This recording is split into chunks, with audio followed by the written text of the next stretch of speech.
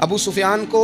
کیسر روم نے، ہرکل نے اپنے دربار میں کھڑا کر کے کہا ابو سفیان ابھی کلمہ نہیں پڑھتے تھے، تمہارا کوئی رشتہ ہے نبی پاک سے جنہوں نے مجھے بھی خط لکھا ہے کہ مسلمان ہو جاؤ؟ کہنے لگے ہاں میں چچا ہوں رشتے میں۔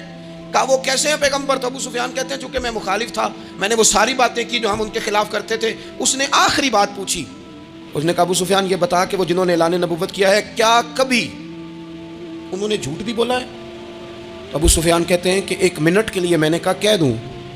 مخالفت تھی نا، تو پھر میں نے سوچا یہ تو عرب کی وزاداری کے خلاف ہے، عرب میں سے تو کوئی جھوٹ بولنا پسند ہی نہیں کرتا، اور پھر میں اگر حضور کو معاذ اللہ جادوگر شاعر کہوں گا تو شاید کسی کو 1 منٹ کے لیے متوجہ کر سکوں، اور نبی پاک نے جھوٹ بولا ہے،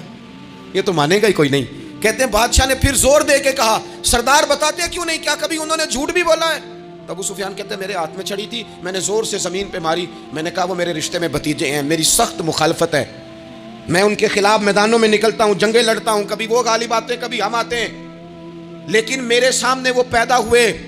میں نے ماں کی گود میں بھی دیکھا، دادا کے کندھوں پہ بھی دیکھا، چچا کے گھر میں بھی دیکھا، سیدہ خدیجۃ الکبریٰ کا دولہا بنے بھی دیکھا، ان کی 4 بیٹیاں ان کی گود میں کھیلتے دیکھی، اعلان نبوت کرتے دیکھا، لوگوں کو مخالفت کرتے دیکھا، میرے سامنے ان کے مقدس بال سفید ہوئے، میرا اختلاف اپنی جگہ، پر بادشاہ میں قسم اٹھا کے کہہ سکتا ہوں اس محبوب کی زبان سے جب بھی نکلا ہے حق اور سچ نکلا ہے۔ اسیر دشمن کی چاہ میں بھی، وہ مخالفوں کی نگاہ میں بھی امی ہے، صادق ہے، معتبر ہے، میرا پیغمبر عظیم تر ہے، میرا پیغمبر عظیم تر ہے، میرا پیغمبر عظیم تر ہے۔ جھوٹ نہیں کبھی حضور نے بولا۔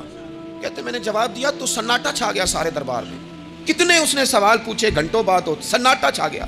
اور پھر بادشاہ نے اپنا پرنا اٹھایا، چادر اٹھائی، کندھے پہ رکھی اور جانے لگا، تو میں نے پیچھے سے پلٹ کے کہا بادشاہ اتنے تو نے سوال کیے، اتنے میں نے جواب دیا، رزلٹ کا بھی تو اعلان کرنا، نتیجہ بھی تو دینا، کیا نکلا؟ تو کہتے ہیں وہ جا رہا تھا، وہیں کھڑے کھڑے اس نے چہرہ میری طرف پھیرا اور کہنے لگا سردار نتیجہ تو نکل آیا ہے، رزلٹ تو نکل آیا۔ جس بندے نے کبھی بندوں سے جھوٹ نہیں بولا وہ یہ جھوٹ کیوں بولے گا کہ میں اللہ کا رسول بن کے آیا ہوں؟ نتیجہ تو نکل آیا، بات تو کلیئر ہو گئی، اب آگے کیا جانا ہے؟